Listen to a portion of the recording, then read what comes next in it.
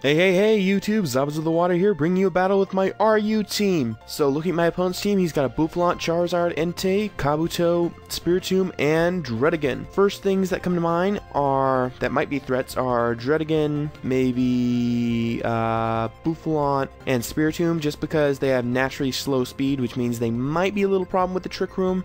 But as far as that goes, not fearing too much. Entei, since they got that promotional release, they've always been kind of a problem, with extreme speed and flare blitz. And I'm guessing that Kabuto is just kind of like a rapid spinner and entry hazard setupper. So let's get straight into it, shall we?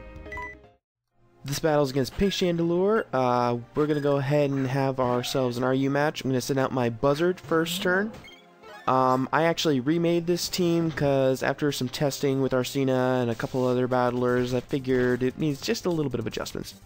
So I'm going to set up my Stealth Rocks first time, because this is a Stealth Rocking Archeops, and he's going to go for the Wild Charge. It's going to hit hard. I'm going to go for the Acrobatics. Even though I'm defeatist range, it's going to get doubled since I used my Focus Sash, and, well, yeah, it's going to go down, obviously, but I'm just glad I got a little more damage off on it. I'm going to send out my Tech Yo-Yo just to set up a Trick Room, because that's what you need to do with this team. You need to set up Trick Room, because everyone's got such low base speed.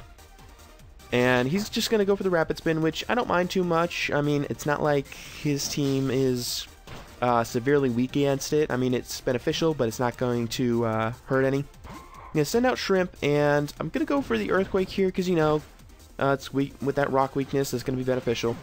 And I do like this coverage on Armaldo, because you've got your basic Edgequake, plus a little more with X-Scissor. Gonna go for Stone Edge, and he forgot that Trick Room is still up, so I'm gonna get a free kill here essentially. And this just goes to show how much power you can get out of Armaldo with max attack and Life Orb. But yeah, you guys can see for yourself. He sends out Spiritomb, goes for Foul Play, and takes me down almost completely. And here he underestimates Armaldo's physical bulk. And it has natural high defenses, so when he goes for Shadow Sneak, it's not going to be able to knock me out, and I'm going to be able to knock him out with another Stone Edge. So it's a double down situation, and I'm going to go into my Tech Yo-Yo again to set up the Trick Room. He's going to go into his Entei, and I'm guessing he thought I'd switch out, but I am max defense, so I was confident I could take one Flare Blitz.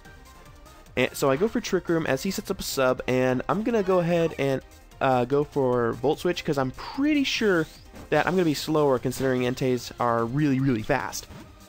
And I'm just going to have to switch out. I'm going to go my Herald because I'm thinking maybe a U-turn will just break this sub. Maybe it's got like 1 HP left, because I think that these things have pretty bad special defense.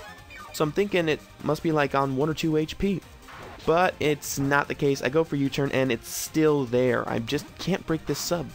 So I'm going to have to go into my Bowser Jr., my Druddigon, and to take the Flare Blitz, because it's going to be resisted, and I can't really be sure against this thing.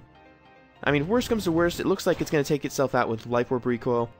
So I'm going to go for Rock Slide, going to take out its sub, and he's going to take me out. Well, next turn.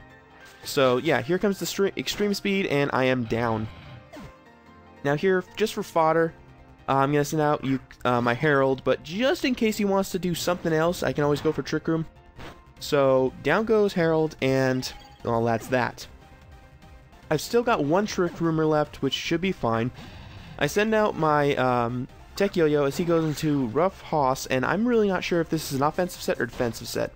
But here I get my answer, considering it does such little damage. I mean, I am physically defensive, but I know that Sheer Force Druddigons should be running much more attack. I go for a Volt Switch just to get the safe switch in, and I'm going to switch into one of my new powerhouses, Noodles, my Tangrowth. And I never realized what good special attack this thing has. So I'm going to go for Sleep Powder just to put it to sleep. And this was actually kind of risky considering he's got Bouffalant and they do have Sap Sipper.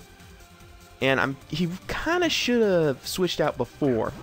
He's going to send out Mojo Baby again, his Bouffalant, and I'm going to go for the Focus Blast predicting this. Then again, I don't have anything better to hit the Druddigon with anyway. So it didn't matter if he switched in, I'm still slower, I could have hit him with the Focus Blast, and yada yada yada. Trick Room ends and he's still asleep, which means I can just go for a couple Focus Blasts and knock him out. And thanks to Tangrowth's natural physical bulk, even if he wakes up and goes for a Fire Punch, I should be able to take 1 to 2 hits.